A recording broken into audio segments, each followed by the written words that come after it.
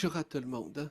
C'est une annonce présidentielle qui pouvait passer inaperçue par rapport aux événements tumultueux de ces derniers jours. Emmanuel Macron a décidé de répartir les personnes nouvellement arrivées en France dans des villages, dans la France rurale pour faire bref. Naturellement, ce type d'annonce m'évoque immédiatement des décisions similaires prises il y a des décennies de cela, lorsque l'administration parisienne résolut d'envoyer les personnes handicapées dans la France rurale profonde, aussi bien pour lutter contre l'exode rural que pour, de façon moins avouable, ôter les personnes handicapées de la vue des gens dits normaux. Je suppose que ces deux aspects ont été également transposés dans la décision d'Emmanuel Macron. D'une part, la dimension purement administrative ou bureaucratique de résoudre ou tenter de le faire des problèmes à la française, à savoir que la haute administration décrit des problèmes de l'effondrement du monde rural, donc on décide d'y envoyer des gens, à savoir ici les étrangers.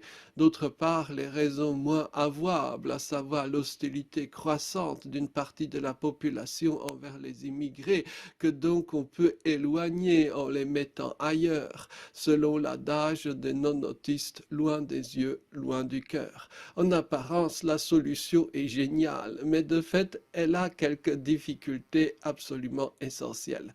Avant tout et surtout, hier comme aujourd'hui, les autorités parisiennes considèrent certaines catégories de la population comme des instruments vers des objectifs définis de façon centrale. Alors certes, on n'oserait pas prendre quelqu'un de socialement distingué pour un pion, hein, mais par exemple pour les personnes jugées handicapées, il n'y a guère de scrupules. Cette vision-là de l'être humain n'aboutit jamais à quoi que ce soit de bon.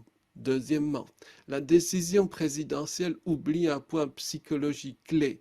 Les migrants ou immigrés, peu importe le vocabulaire, sont généralement des personnes les plus idéalistes de leur génération, les plus mues par un besoin de changer de vie, de réussir quelque chose. Dès lors, les reléguer dans un lieu inconnu ne saurait être satisfaisant. Jamais mes parents, qui eux-mêmes avaient été migrants, n'auraient accepté d'être envoyés ailleurs que dans un lieu qui comptait dans leur représentation du monde, sauf peut-être bien sûr de façon très temporaire, hein. Et encore, moins dans un lieu ghetto où il n'y aurait que des gens de leur pays d'origine. D'ailleurs, les tentatives de créer des villages entièrement peuplés d'immigrés n'ont jamais fonctionné durablement, autrement que par la contrainte et les problèmes que l'on sait.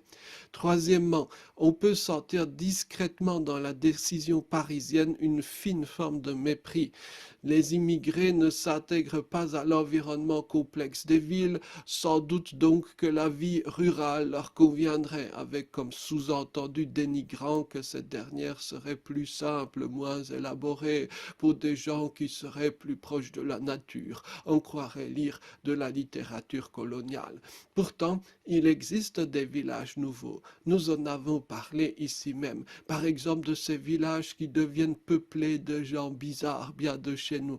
Des gens bizarres, certes, mais des gens libres. Et telle est sans doute la clé de tout que la décision présidentielle a oublié. Merci beaucoup, à bientôt.